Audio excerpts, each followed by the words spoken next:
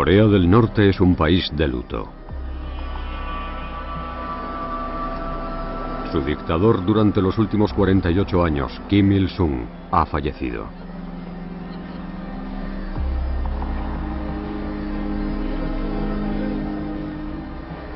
Para los norcoreanos, Kim Il-sung fue un dios viviente. Y a esa gente le dijeron que Dios había muerto.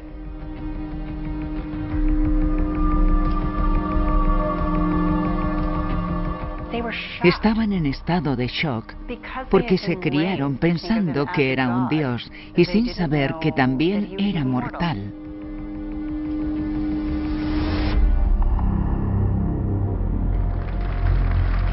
Pero el mito de la divinidad de Kim escondía una verdad más oscura. Detrás de ese rostro había un dictador temible cuyo régimen encarceló, asesinó y torturó a decenas de miles de personas. Kim Il-sung creó una atmósfera de miedo y paranoia. Y todos sabían que debían mantenerse a raya. Siempre les advertí a mis hijos que tuvieran cuidado con lo que decían. Si lo criticaban accidentalmente, todos moriríamos. Necesitaba tener un control absoluto sobre la gente, lo cual implicaba que pensaban, dónde trabajaban, qué comían. No hay ningún otro país en todo el mundo que ejerza un control y un poder mayor sobre sus ciudadanos que Corea del Norte. Irónicamente, el hombre que transformó su país en una especie de cárcel pasó casi toda su juventud luchando por la independencia de Corea. ¿Cómo un hombre que arriesgó su vida por la libertad de su pueblo se convirtió en un opresor y creó una de las sociedades más controladas del mundo?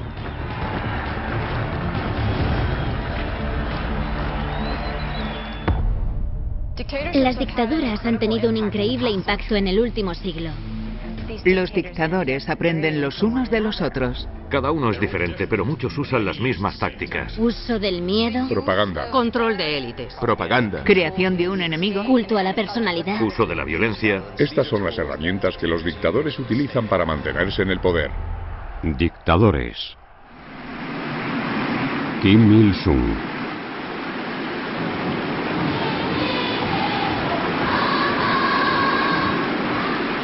La dictadura que creó Kim Il-sung en Corea del Norte sigue vigente casi 25 años después de su muerte. Kim creó el sistema cuando estaba en la cumbre del poder y ha durado casi 70 años. Lo ha controlado la misma familia y ya ha llegado a la tercera generación. Es un récord extraordinario. La Corea del Norte actual, gobernada por Kim Jong-un, sigue siendo un estado totalitario severamente controlado. Si estudias la ideología, la estrategia y la política de Kim Jong-un, ves que es muy parecida a la de su abuelo Kim Il-sung, pero con un toque moderno. Es una de las sociedades más estrictamente reguladas y aisladas del mundo.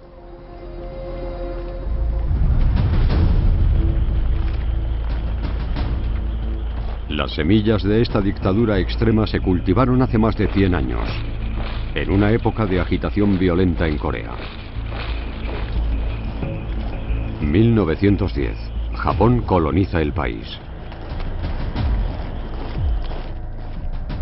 El imperio creciente de Japón pretendía que Corea fuera un punto de entrada para atacar a sus enemigos, China y Rusia. Pero los coreanos están a punto de comenzar décadas de sufrimiento. Los japoneses llevaron a cabo un programa de limpieza étnica.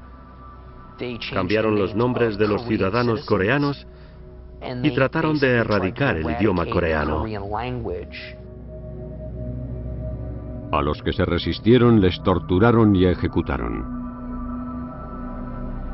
Este es el mundo en el que nació Kim Il-sung en 1912, 2 años después de que comenzara la ocupación. En un pueblo a las afueras de la capital coreana de Pyongyang, sus padres lo llamaron Kim Son-yu. Ese niño se llamaba Son-yu, que significa pilar del país. Sus padres esperaban que hiciera algo increíble. Los padres de Kim le inculcaron el cristianismo desde que era pequeño. Pyongyang era el centro del cristianismo en Corea. Se la conocía como la Jerusalén del Este. Kim aprendió a tocar el órgano y lo tocaba en la iglesia de sus padres. Pero justo antes de cumplir 7 años, su inocencia se vio mancillada. Cuando detuvieron a su padre por protestar contra la ocupación japonesa. Detuvieron a su padre en 1919 durante las manifestaciones independentistas contra los japoneses. Su padre participaba en el movimiento de resistencia local frente a la opresión japonesa. A él y a otros manifestantes los encarcelaron y los trataron sin piedad. Kim fue a ver a su padre a la cárcel. Y esa imagen de su padre derrotado, magullado, torturado y completamente demacrado se grabó en su memoria. El hecho de ver a su padre sufrir le infundió un odio hacia los japoneses.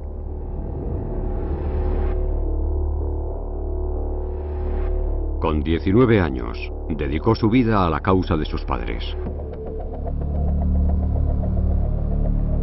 Se alistó en el grupo de guerrilleros comunistas para luchar contra el ejército japonés en las montañas cercanas a la frontera entre China y Corea. Son zonas muy montañosas, extremadamente calurosas en verano y gélidas en invierno. Se llega hasta los 40 grados bajo cero. Son unas condiciones muy malas. El éxito de Kim frente a los bastiones japoneses le hizo ganarse una reputación de heroico luchador por la libertad. Era un hombre alto para ser coreano, más de 1,80. Era un guerrillero fuerte, inteligente, escurridizo y destacado.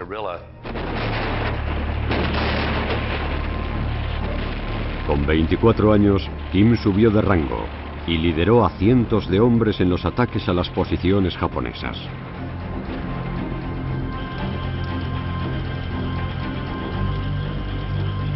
A medida que crecía su fama, se iba convirtiendo en una figura casi legendaria. A finales de la década de los 30, Kim Il-sung se convirtió en el líder de la guerrilla en la lucha contra los japoneses más buscado. Enviaron unidades de hombres especiales a las montañas para detenerlo. En 1938 y 39, los japoneses enviaron a miles de soldados para frenar a Kim Il-sung y a otros guerrilleros. Japón mató a miles de guerrilleros, pero no a Kim.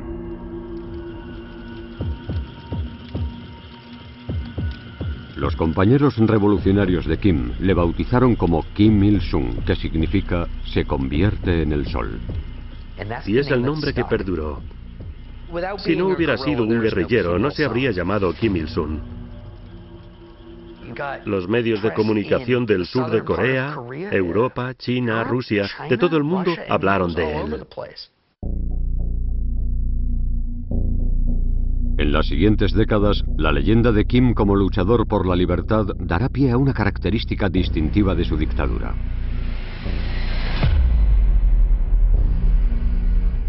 El culto a la personalidad es la idea de que el líder posee cualidades superhumanas y de que el líder es el salvador de la nación.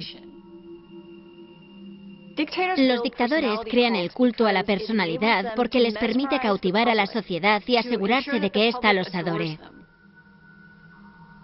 Kim Il-sung era capaz de hacerlo a un nivel jamás visto hasta entonces. La época de Kim como líder de la guerrilla forjaría la base del culto a la personalidad que se erigió en torno a él. Cuando empezó fue un elemento enorme de prestigio y de legitimidad.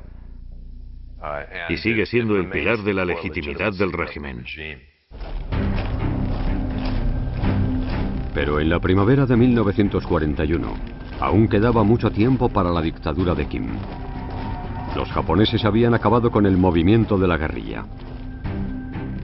Kim y los guerrilleros se vieron obligados a huir y se refugiaron en el último lugar seguro que les quedaba: la Unión Soviética.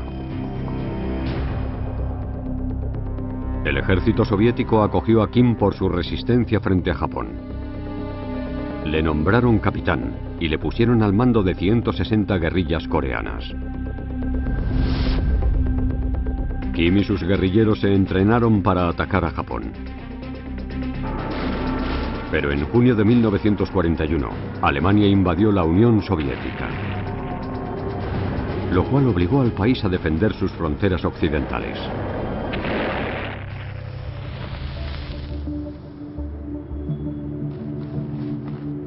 Kim se encontraba en el extremo oriental soviético.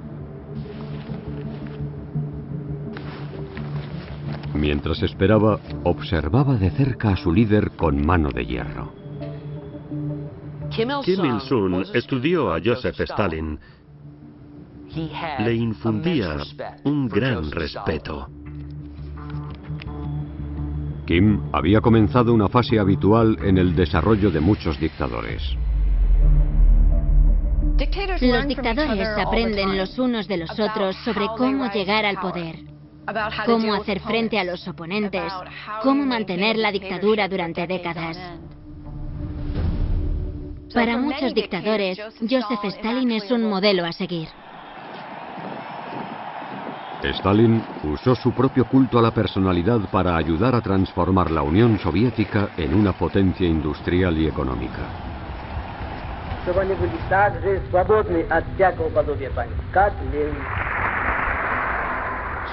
Cultivó la imagen de que era el padre de la nación y un líder fuerte. Pero además, era experto en usar el miedo para garantizar la lealtad. Todo aquel que quisiera aprender de Stalin estudiaba el nivel de brutalidad que se necesitaba, sobre todo al inicio del régimen, para garantizar la obediencia de las masas. A más de 800 kilómetros de Corea, Kim parecía estar a años luz de aplicar esas tácticas. Pero con el inminente fin de la Segunda Guerra Mundial, las cosas estaban a punto de cambiar.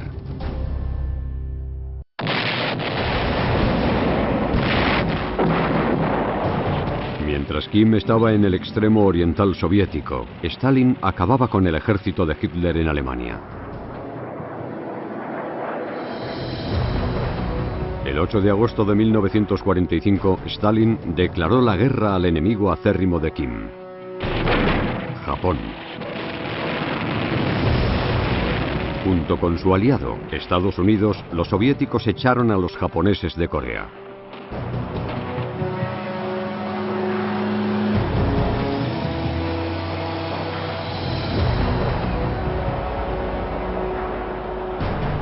El sueño de Kim desde que tenía 7 años, ver a Corea liberada de los ocupantes japoneses, por fin se hacía realidad.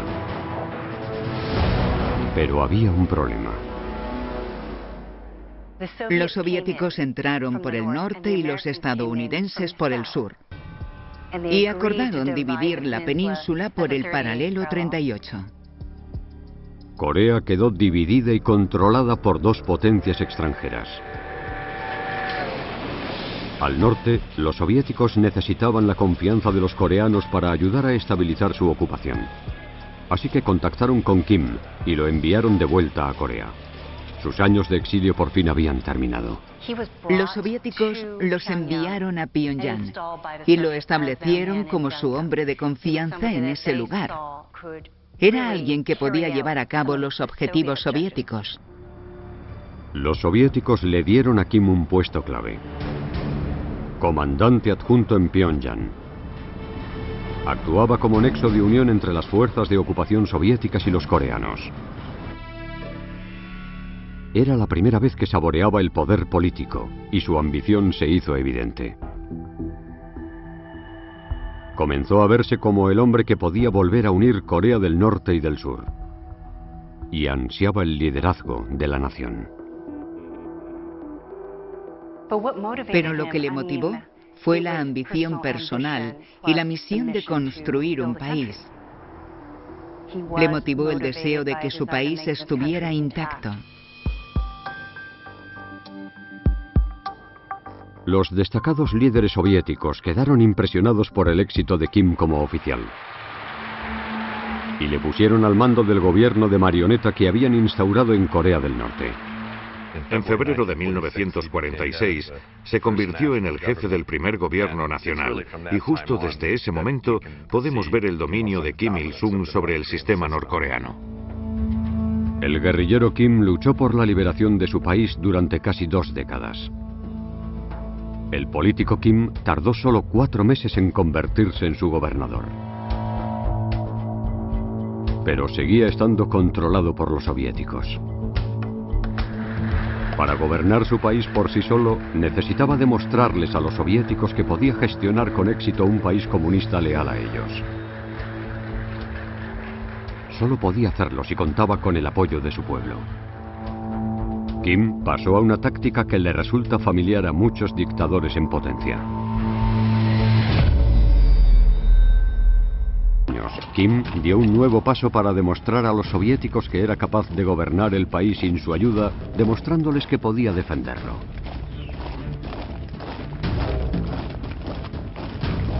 Creó un grupo central con algunos de los 200 camaradas de su antigua guerrilla y reunió un ejército enorme de más de 60.000 soldados.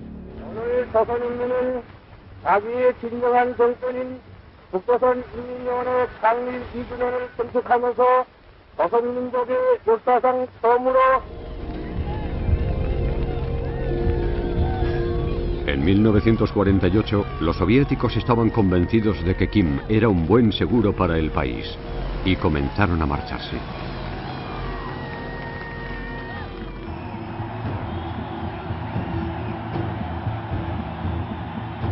Era la primera vez en 4 décadas que Corea del Norte era libre y no estaba controlada por una potencia extranjera.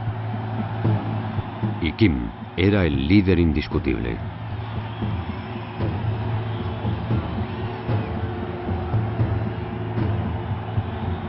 Por fin tenía el poder de conseguir su objetivo definitivo, uno que compartían muchas personas de su país: unificar Corea del Norte y del Sur.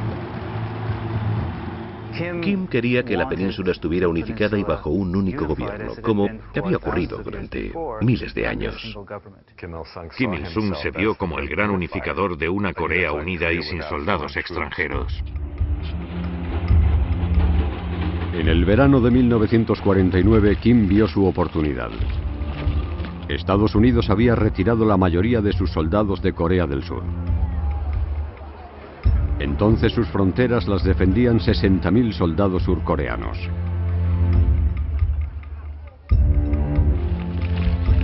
Cuando Kim duplicó su ejército a 120.000 hombres, los surcoreanos estaban en inferioridad con una protección de 2-1.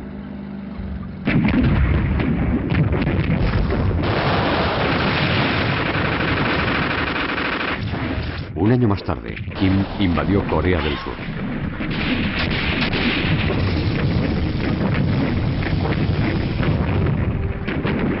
El ejército de Kim arrasó a las fuerzas surcoreanas y las arrinconó en una pequeña esquina del país.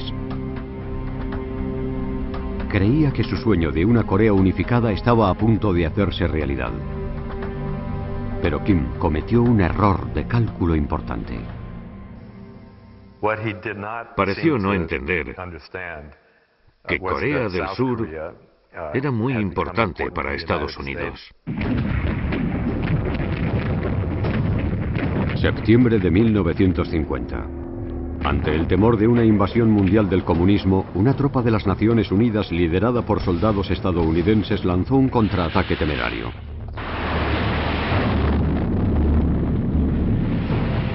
Este ataque hizo que el ejército de Kim retrocediera al norte. Las fuerzas derrotadas de Kim volvieron a Corea del Norte tras el paralelo 38. Estas fuerzas, bajo el mando de Estados Unidos, estuvieron a punto de acabar con el régimen de Kim. La decisión de Kim de llevar a cabo una guerra en la península de Corea llevó a su país al filo del desastre.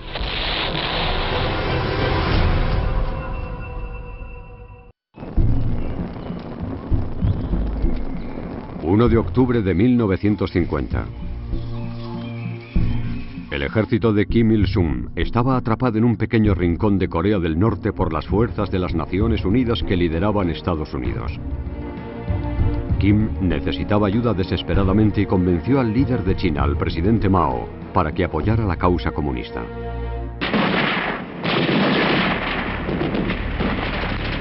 Tres semanas después.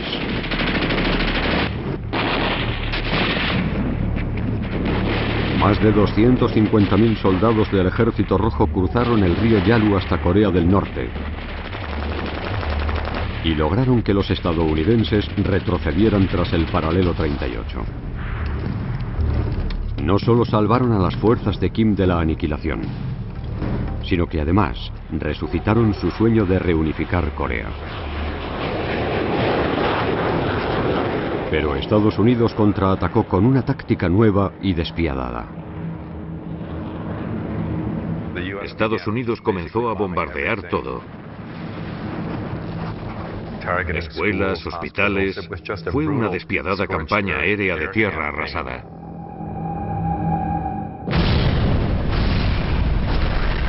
Arrasaron Pyongyang, arrasaron Hamhung, arrasaron Wonsan. Murieron miles de personas de la noche a la mañana. Fue devastador.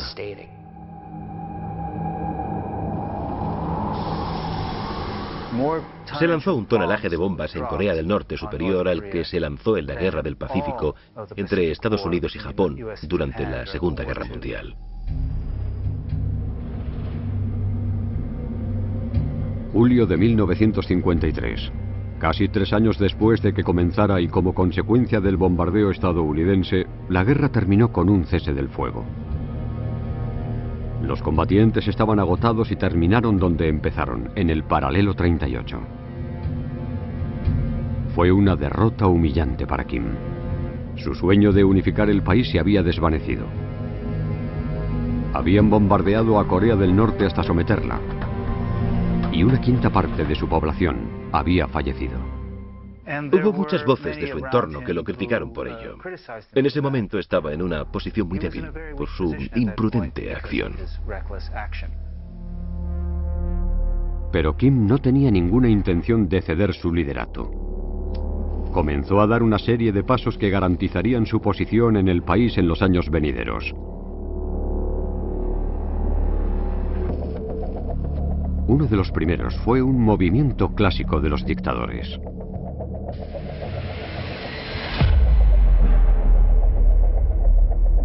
En cualquier dictadura tienen que usar la fuerza porque necesitan proteger la imagen de poder y de control. La imagen de que si alguien intenta poner en peligro el régimen tendrá problemas. Inmediatamente, Kim le echó la culpa de la guerra a sus rivales, denunciando públicamente a 12 altos cargos comunistas que habían criticado su gestión. Se acusó a los rivales de Kim de colaborar con los estadounidenses para acabar con Corea.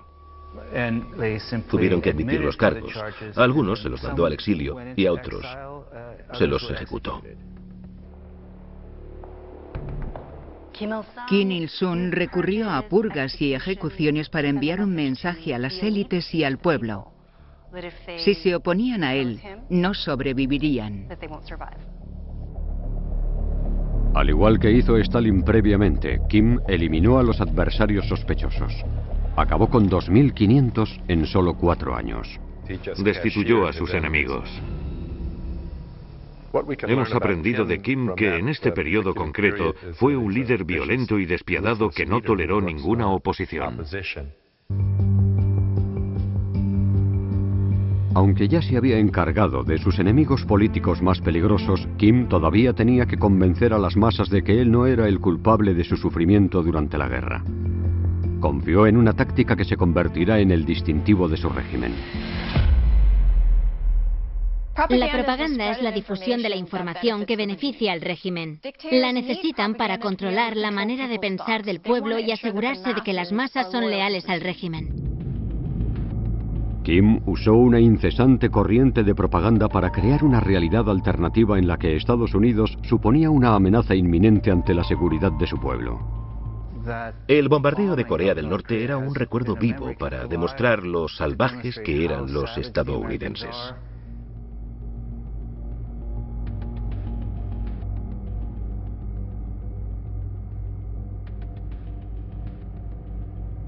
Lo que me enseñaron y lo que escuché hasta que me sangraron los tímpanos, y desde el segundo en que abrí los ojos, era que nuestro mayor enemigo era Estados Unidos.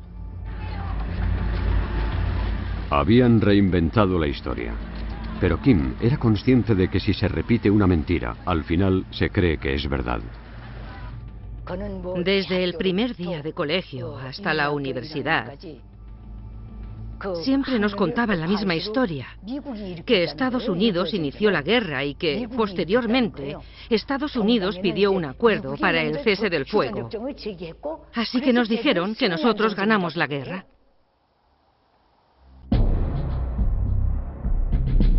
La campaña de propaganda de Kim recordaba continuamente a la gente que él era el padre de la nación. Se publicaron 100 millones de libros para rendir homenaje a su grandeza. Pero para que calara profundamente el culto a su personalidad, Kim necesitaba mezclarse entre la sociedad. Así que viajó por todo el país para difundir su mensaje en persona. Kim tenía una personalidad muy poderosa y fue capaz de conectar con la gente de a pie. Lo comparo con Mohamed Ali en el sentido de que cuando caminaba entre una multitud de gente, parecía que todos lo amaban y querían que les diera un apretón de manos. Era por su megalomanía y para demostrar al pueblo coreano que era un líder activo. Pero además se bañaba en la adulación de su propio pueblo y parecía creer que realmente se lo merecía. A finales de los 50 floreció el culto a la personalidad de Kim. Pero su confianza pública contrastaba con una paranoia creciente a puerta cerrada. La paranoia es un rasgo dominante en los dictadores. Es una tendencia que les lleva a la proyección de sus propias inseguridades y sospechas. Y su motivación pasa por controlar todos los aspectos de la sociedad. En sus ansias por obtener el control, Kim trató de aislar por completo a su país de las influencias externas. Cerró todos sus medios de comunicación y fuentes de información. Tanto la información interna como la que entraba y salía del país. Así consiguió que la gente solo conociera el tipo de información que el régimen quería que conociera. Se vieron obligados a escuchar la radio, que solamente tenía una emisora durante todo el día. Podían apagarla, pero no cambiarla. Así que durante todo el día escuchaban lo genial que era Kim Il-sung. La obsesión de Kim con la lealtad de su pueblo se intensificó. Les mantenía a raya con un programa semanal obligatorio al que llamó sesiones de autocrítica. Cada persona del grupo tenía que criticarse a sí mismo. Luego nos ordenaban que criticáramos duramente a los demás para poder crecer como personas. Humillaban a los que no criticaban a los demás y los tildaban de vagos y de malas personas. Todos se espiaban entre sí. Y todos sabían que no podían mostrar ningún signo de deslealtad porque sería visible para todos. A principios de los años 60, tras casi 2 décadas en el poder, Kim ya tenía asegurado el control del país. Pero seguía habiendo conspiraciones contra él en todas partes. Para anular a los disidentes, el régimen hacía que el miedo y la inseguridad fueran parte del día a día. Una dictadura necesita tener una cultura del miedo para garantizar el sentido de la lealtad hacia el líder. El miedo al castigo siempre formará parte de un régimen así.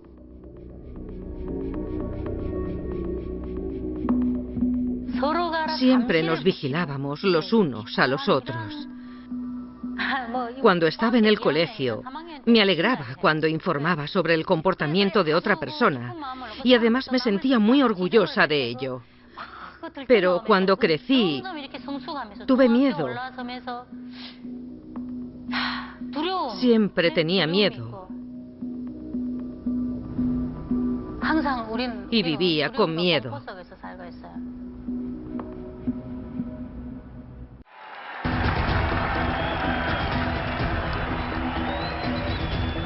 A mediados de los 60, Kim Il-sung ya había creado una cultura del miedo con 12 millones de norcoreanos como víctimas. Sus desfiles demostraban que su poder estaba por encima del pueblo. Pero no bastaba con eso. Kim reforzó su lealtad con la policía secreta, cerca de 50.000 personas que vigilaban sus vidas diarias.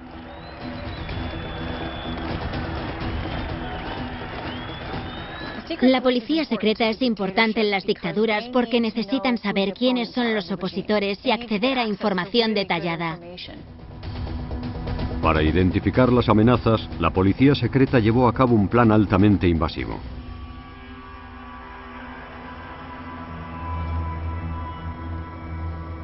En todo el país, los agentes reunían información personal de cada persona.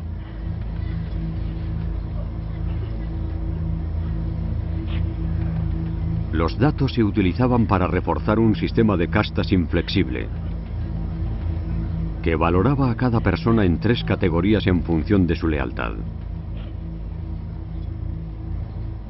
En estas 3 categorías hay entre 75 y 95 subdivisiones para organizar a la población.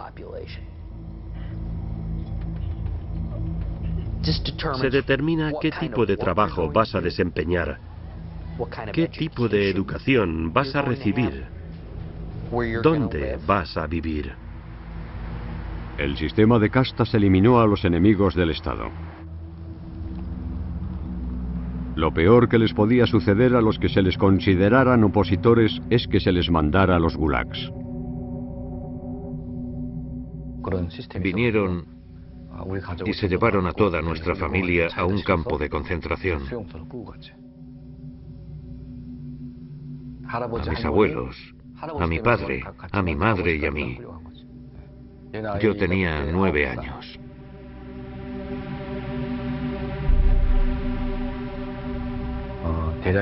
Estuve en un gran campo de concentración con unas 50.000 personas. Se llevaron a mi abuelo y lo ejecutaron.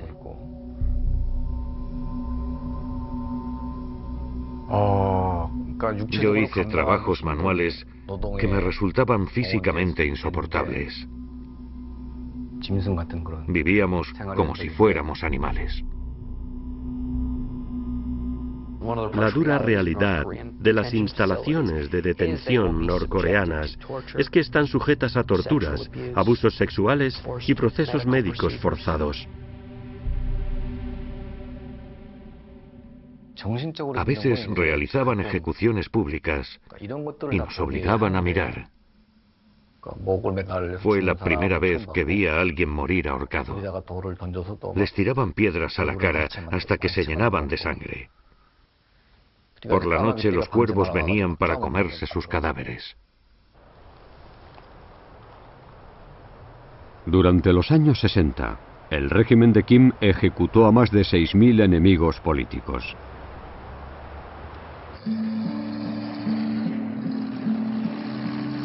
A medida que se terminaba la década, la cultura del miedo había calado en todos los rincones del país. Entonces el régimen controlaba hasta el más mínimo aspecto de la vida diaria.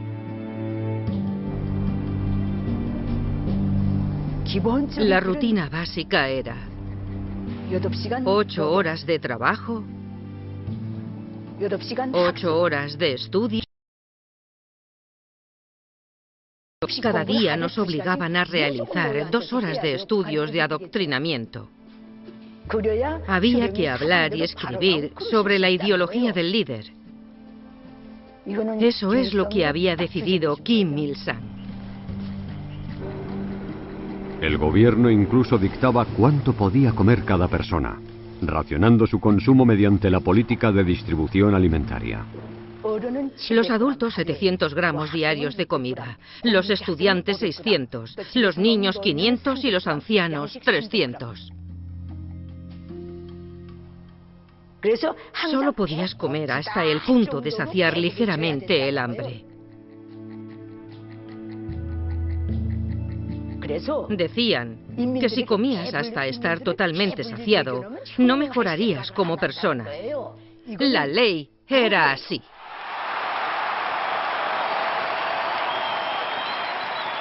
El adoctrinamiento de Kim sobre su pueblo alcanzó su cúspide en mítines masivos en los que se le honraba como su líder supremo.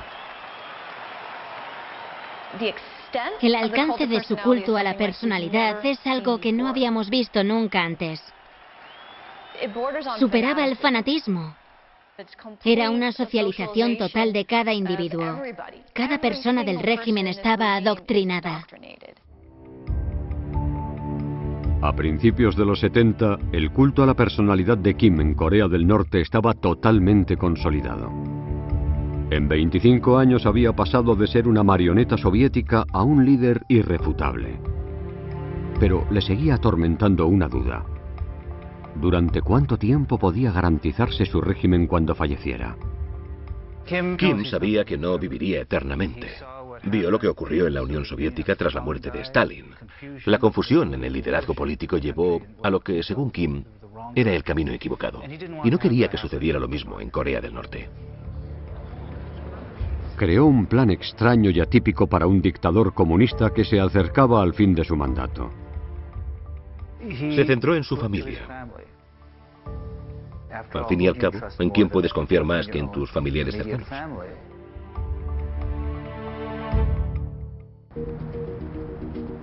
El liderazgo de un régimen comunista nunca había pasado anteriormente a través de una línea de sucesión. Pero en 1971, Kim creyó que era la única oportunidad para mantener vivo su sistema tras su muerte. Se centró en su hijo mayor de 29 años, Kim Jong-il, quien trabajaba al frente del Departamento de Propaganda y Agitación del régimen. Kim Il-sung preparó a su hijo para que fuera su sucesor. Le colocó en posiciones importantes del partido. Uno de los proyectos clave que desarrolló Kim Jong-il es el de venerar a su padre. Trabajó para convertir a su padre en la figura de Dios. Todo formaba parte del plan de sucesión de Kim Il-sung. Para implementarlo, se deificó a sí mismo y a su hijo y en el proceso elevó su culto a la personalidad hasta un nivel totalmente nuevo. El régimen de Kim fue capaz de crear una religión y un mito completos en torno al liderazgo diciendo que eran divinos. Y el mito comenzó desde la infancia de Kim. Él era una persona idílica. Y cuando creció, derrotó él solo a los japoneses. También se veneraba la vida de Kim Jong-il. Aunque se cree que nació en una base militar rusa durante la Segunda Guerra Mundial, la nueva propaganda de Kim representaba el nacimiento de su hijo en las laderas místicas del monte Pictu. Todos los coreanos creen que este es el lugar de origen del pueblo coreano. Decir que eres descendiente del monte Pictu significa que eres una especie de dios con el derecho de gobernar. Durante los años 70, además de las incontables obras de arte y películas que alababan a Kim y a su familia, se construyeron 34.000 monumentos en su nombre. Se los consideraba dioses en Corea del Norte.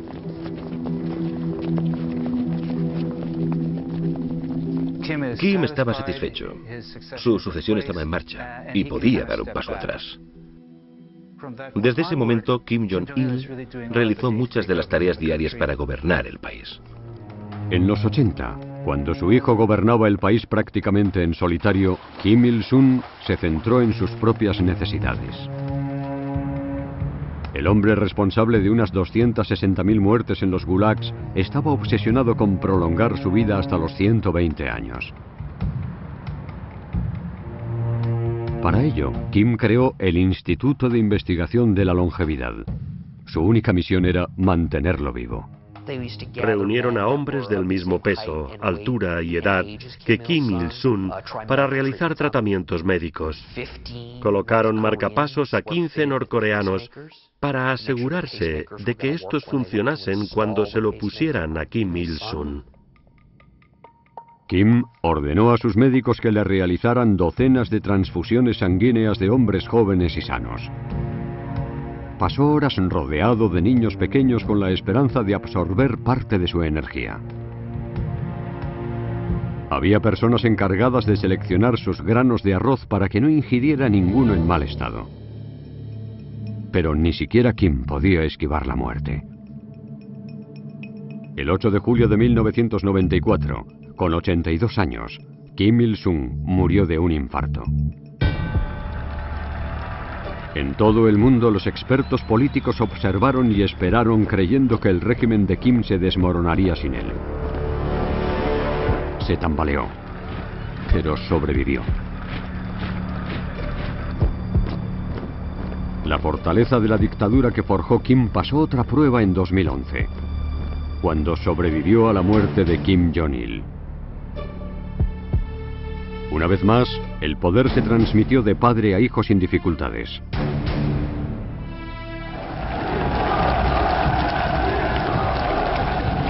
Hoy, con Kim Jong-un, el régimen se ha fortalecido emulando a su fundador.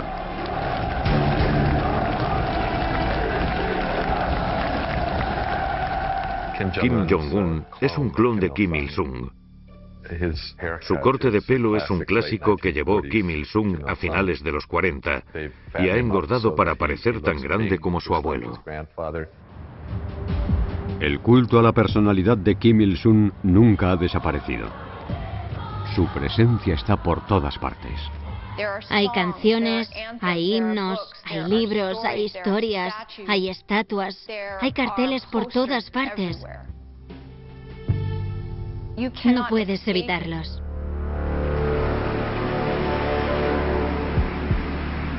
Al final, Kim Il-sung hizo algo que ningún otro dictador comunista del siglo XX había logrado. Creó una dinastía. Al pasar el liderazgo de su país a su hijo, maquinó una sucesión hereditaria. Nunca se había visto algo así en el mundo comunista. Irónicamente, tras luchar por liberar a su pueblo de los abusos de Japón, Kim Il-sung creó un sistema que causó incluso más sufrimiento a su pueblo. En todo este proceso se perdieron muchas vidas.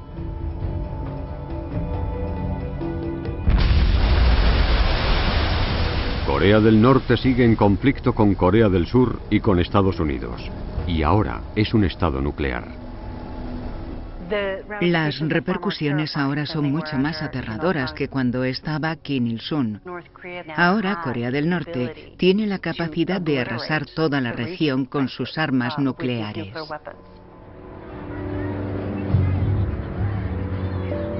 La dinastía de Kim Il-sung ha sobrevivido a 12 presidentes estadounidenses en sus 8 décadas. Pero la pregunta es, ¿cuánto tiempo durará su creación, la sociedad más aislada y controlada del mundo? Creo que este régimen puede durar muchos más años.